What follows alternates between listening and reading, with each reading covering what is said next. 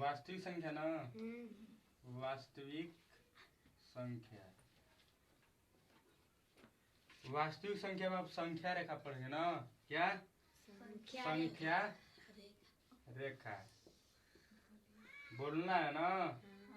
संख्या रेखा, संख्या का मतलब होता है नंबर।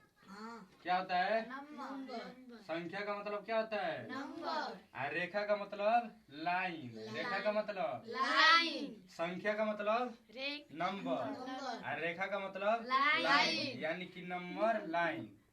रेखा लक्ष्मण जी रेखा खींचे थे ना, तो जैसे इस तरह खींचे थे ना, तो इसको लाइन नहीं बोल सकते हैं।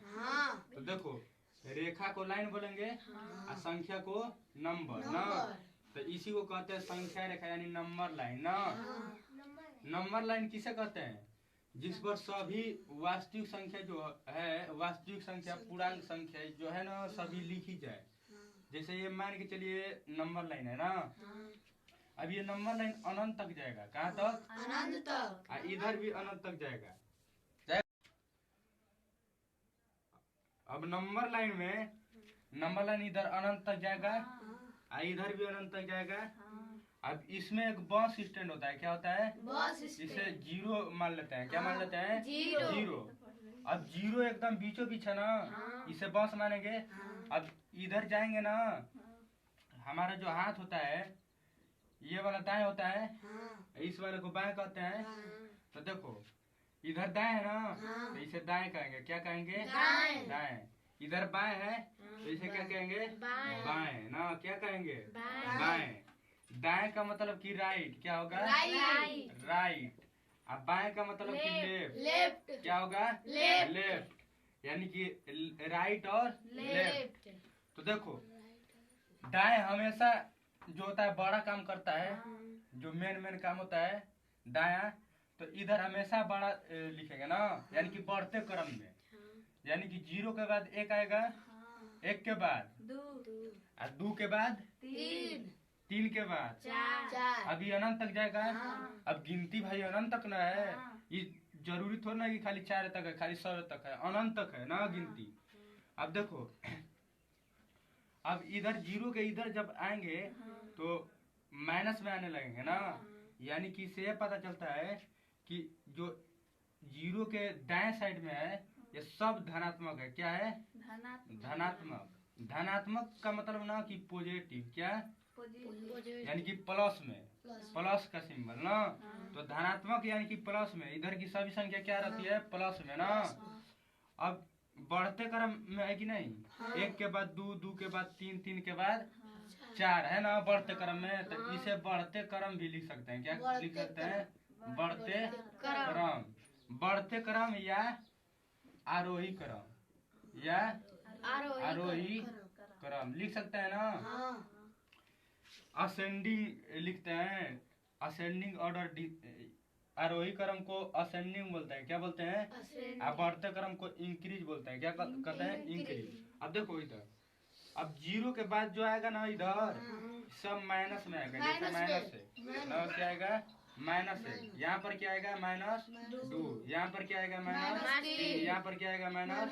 अब इधर आएगा -5। इस सब अनंत तक जाएगा ना। तो देखो अगर जीरो कोई पूछेगा ना कि जीरो कैसी संख्या है, तो जीरो न तो पॉजिटिव है। पॉजिटिव का मतलब कि न प्लस है, धनात्मक है, न पॉजिटिव है, न ही निगेटिव है। क्या है? माइनस का मतलब निगेटिव है ना, यानी कि ऋणात्मक। तो इधर जितनी भी संख्या रहेगी क्या रहेगी? ऋणात्मक रहेगी। क्या रहेगी?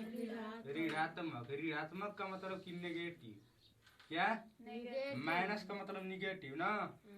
अब देखो एक के बाद दो है, बढ़ते क्रम में है, लेकिन इधर जो शुरुआत होगा -1 ना, इधर शुरुआत छोटा वाला से होता है और बड़ा वाला से अंत होता है, लेकिन इधर शुरुआत बड़ा वाला से होता है और छोटा वाला से अंत होने लगता है ना। तो इसीलिए इसे क्या बोलते हैं? घटते क्रम। क्या बोलते हैं? घटते क्रम। घटते क्रम का मतलब ना कि कोई भी दो संख्या है ना और दोनों माइनस में, जैसे -2 और -3 ना, दोनों माइनस में है, तो जो छोटा रहेगा उसे बड़ा बोलेंगे और जो बड़ा रहेगा उसे छोटा बनाएंगे। अब देखो क्यों बोलेंगे छोटा बड़ा, क्योंकि जिसके पास कम कर्जा रहता है, तीन बड़ा है कि बड़ा है कि तीन बड़ा है कि दो दो बड़ा है ना। नहीं, 3 और 2 में 3 न बड़ा है। 3 न बड़ा है 2 से। कैसे बोल सकते हैं कि 2 बड़ा है? लेकिन यही अगर -2 और -3 बोलेंगे ना तो कौन बड़ा हो जाएगा? -2 2 नहीं -2 ना। क्यों बड़ा होगा? क्योंकि जिसके पास कम कर्जा रहता है वही बड़ा रहता है, जिसके पास ज्यादा कर्जा रहेगा भाई उसको ज्यादा चुकाना पड़ेगा, तो गरीब हो जाएगा कि नहीं, यानी कि छोटा हो जाएगा ना। तो अगर दोनों संख्या माइनस में है, जैसे -100 और यहाँ पर -1 लेते हैं, दोनों माइनस में है ना, लेकिन इसके पास ज्यादा कर्जा है, इसके पास कम कर्जा है, तो कौन सबसे अमीर होगा? एक, यानी कि सबसे बड़ा -1 होगा। -100 से बड़ा क्या होगा? -1 ना। तो -1 इससे बड़ा होगा और -2 3 से बड़ा होगा। -3 -4 से, यानी कि बड़का के बाद छोटका आ रहा है तो घटते क्रम में है कि नहीं, इसलिए इसे घटते क्रम या अवरोही क्रम कहते हैं। क्या कहते हैं? अवरोही क्रम। क्या कहते हैं? अवरोही क्रम कहते हैं ना। समझ में आया? नहीं, ये आरोही क्रम है, बढ़ते क्रम, या ये वाला अवरोही क्रम है, घटते क्रम ना। अब देखो इसी संख्या पर गिनती की संख्या लिखी गई है ना, तो इसमें एक पढ़ना है प्राकृतिक संख्या। क्या पढ़ना है? प्राकृतिक संख्या। क्या पढ़ना है? प्राकृतिक संख्या ना। अब इसी संख्या में 0 से भी स्टार्ट हो रहा है। क्या हो रहा है? 0 से भी स्टार्ट हो रहा है।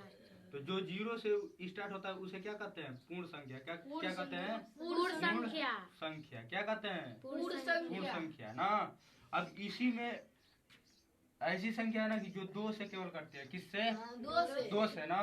तो जो 2 से कटती है उसे क्या कहते हैं? सम संख्या कहते हैं। तो इसी में पढ़ना है सम संख्या। क्या पढ़ना है? सम संख्या ना। अब इसी में 2 से नहीं कटने वाली है ना, जैसे 1 हो गया, 3 हो गया, 5 हो गया, तो जो 2 से नहीं कटेगा उसे विषम। क्या बोलेंगे? तो इसी में पढ़ना है विषम संख्या। क्या पढ़ना है? विषम संख्या ना। अब देखो जिसका फैक्टर जो होता है गुणनखंड, जैसे 4 का गुणनखंड हो गया, 2 से भी कट सकता है, 1 से भी कट सकता है, खुद से भी कट सकता है ना। तो जिसका गुणनखंड 2 से ज्यादा हो, किससे ज्यादा हो? 2 से ज्यादा हो, तो उसे क्या कहेंगे? भाज कहेंगे। क्या कहेंगे? भाज कहेंगे। तो इसी में पढ़ना है भाज संख्या। एक होता है अभाज्य संख्या। अभाज्य संख्या किसे कहते हैं? जिसका गुणनखंड न 2 से ज्यादा हो और न 2 से कम। न 2 से ज्यादा होना चाहिए, न 2 से कम हो तो केवल 2 गो उसका गुणनखंड होना चाहिए ना। तो उसे अभाज्य संख्या कहते हैं। क्या कहते हैं? अभाज्य संख्या कहते हैं ना। क्या कहते हैं? अभाज्य संख्या कहते हैं। अब इतना बात पढ़ना है